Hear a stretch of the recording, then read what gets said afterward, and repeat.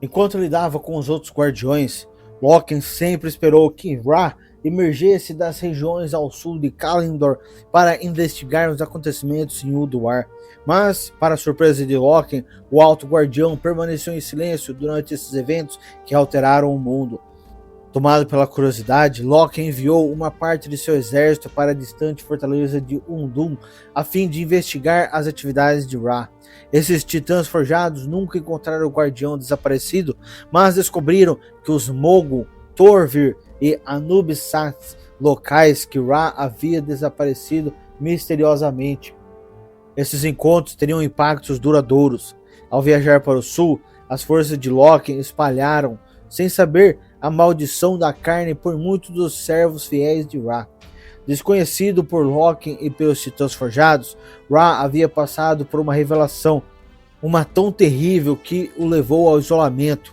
Quando o poder e as memórias do panteão foram infundidos nos guardiões, Ra ficou confuso, assim como seus irmãos. Com o tempo, no entanto, ele concluiu que esse evento era mais do que apenas uma anomalia. A entrada de poder foi o último remanescente dos espíritos do panteão. Ra lutou para aceitar o fato de que o panteão havia caído. Ele extraiu o poder remanescente de Aman'Thul de si mesmo e cuidadosamente o armazenou em um cofre na montanha próxima ao que seria conhecido como o Vale das Flores Eternas.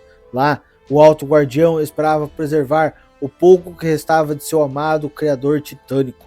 Ra então se retirou para as catacumbas sobre a terra para meditar sobre o que havia aprendido. Com o Alto Guardião ausente, seus leais titãs forjados desenvolveram novas culturas, completamente distintas das de seus parentes do norte. A maioria dos Tolver se congregou ao redor de Uldum, fazendo da fortaleza seu lar. A oeste, os Anubis-Sats continuaram sua missão sagrada de vigiar a prisão de Kithum. Da mesma forma, os Mogu permaneceram no leste, protegendo os cofres dos titãs forjados e maquinárias enterradas sobre a terra. Por muitas eras após a traição de Loki, os titãs forjados exilados de Ulduar se espalharam pelo norte de Kalimdor. Os gigantes vagaram gradualmente para as montanhas e mares da região, desaparecendo de vista. Os terranos escavaram as profundezas do mundo, onde lutaram pela supremacia contra uma raça de criaturas brutais e deformadas, conhecidos como Trogs. Muitos dos Vricos permaneceram na superfície, formando pequenos clãs. Alguns desses grupos vagaram como nômades pela paisagem árida do norte. Outros estabeleceram moradas na tundra arborizada da região. Existia uma paz frágil entre esses grupos de titãs forjados, mas ela não poderia durar. Com o tempo, forças malignas começaram a reivindicar o domínio sobre as terras outrora protegidas pelos guardiões. Entre essas forças estavam duas criações do próprio Loki, os brutais gigantes do fogo, Vulcan e Ignis. Vulcan e Ignis viam as montanhas tempestuosas ao redor de Ulduar como uma terra fértil para a conquista. No entanto, para tomar a região, eles precisavam de um exército. Para isso, os gigantes recorreram ao feroz clã Vrico dos Winterscorn. Embora muitos Vricos fossem naturalmente guerreiros, a maioria evitava confrontos diretos entre si. Os Winterscorn foram uma exceção. Esses Vricos haviam desenvolvido uma cultura de violência e agressão, em grande parte devido à crença de que um dia ascenderiam ao Salão do Valor. Eles prosperavam no conflito, fosse entre membros do próprio clã ou com outros grupos de titãs forjados. Vulcan e Ignis subjugaram os Winterscorn pela força e acenderam as chamas de sua sede de batalha.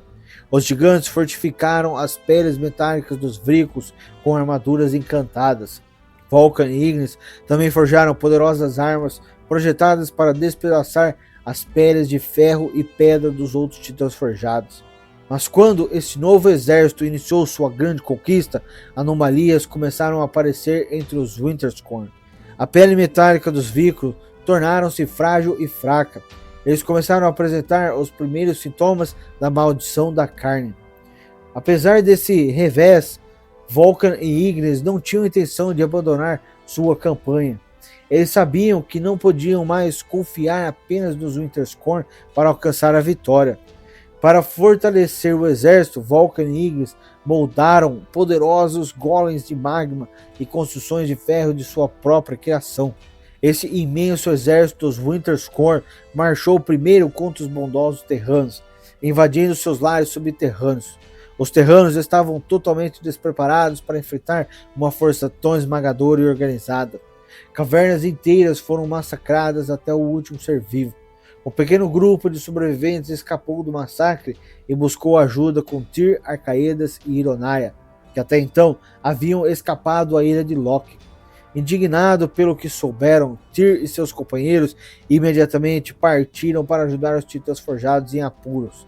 O próprio Tyr liderou os mais valentes dos terranos em escaramuças contra os Winterscorn, enquanto Arcaedas e Ironaia construíam defesas para evitar futuros ataques.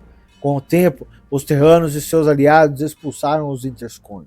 Embora sua tentativa de conquista às Montanhas Tempestuosas tenha falhado, Vulcan e Ignis não admitiram a derrota.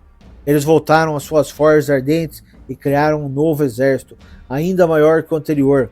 Insatisfeitos com golems e construções, Vulcan e Ignis criaram armadilhas encantadas para escravizar voos inteiros de proto-dragões. Essas criaturas serviriam não como montarias, mas como bestas de guerra. Os gigantes equiparam seus servos alados com armas flamejantes para causar terror nos corações dos terranos.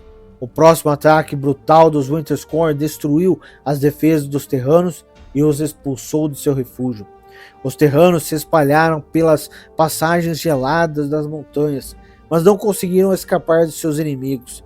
Vricos e golems caçavam os terranos no solo, enquanto proto-dragões os atacavam do céu. Até mesmo Tyr, Arcaedas e Ironaia foram forçados a fugir da fúria dos Winterscorn. Sabendo que ele e seus aliados não poderiam derrotar os Winterscorn sozinhos, Tyr chamou os 5 aspectos dracônicos para ajudá-los.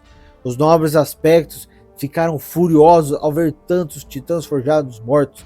Sua ira só aumentou a saber que proto-dragões haviam sido escravizados. Sem hesitação, os aspectos alcançaram voo e liberaram seus poderes sobre as filas de ferro dos Winterscorn.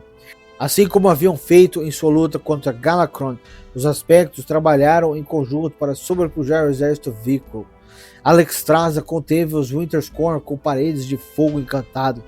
Malygos drenou a essência mágica que alimentava as construções e os golems, tornando-os inúteis.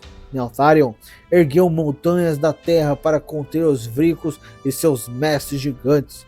Por fim, Ysera e Nosdormu combinaram seus poderes para criar um feitiço que encerraria o conflito de forma decisiva. Ysera e Nosdormu envolveram os Winterscorn em uma neve densa que fez os titãs forjados adormecerem. Essas criaturas incapacitadas foram então trancadas em cidades-túmulo por todo o norte de Kalimdor. Eles não conheceriam o sono pacífico do sonho Esmeralda. Em vez disso, ficariam em um sono inconsciente e atemporal por milhares e milhares de anos.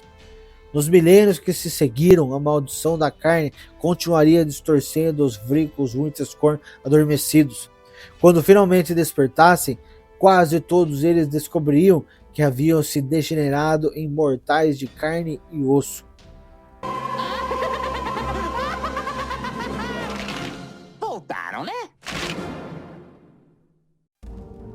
Isso é tudo por hoje, porém existe muito conhecimento da Ordem para compartilhar. Antes de sair, não esqueça, primeiro, se você não faz parte do Kinotor, clica no botão inscrever-se para fazer parte da Ordem. Depois, deixe seu gostei para que o YouTube saiba que esse conhecimento deve alcançar outros. Dessa forma, você pode ajudar a espalhá-lo pelos 4 cantos de todos os reinos da existência. E em terceiro lugar, marca o ícone do sininho para que você possa ser notificado sobre novos conhecimentos que estarão sendo disponibilizados. E até o próximo vídeo. Que a luz da aliança possa iluminar o seu caminho.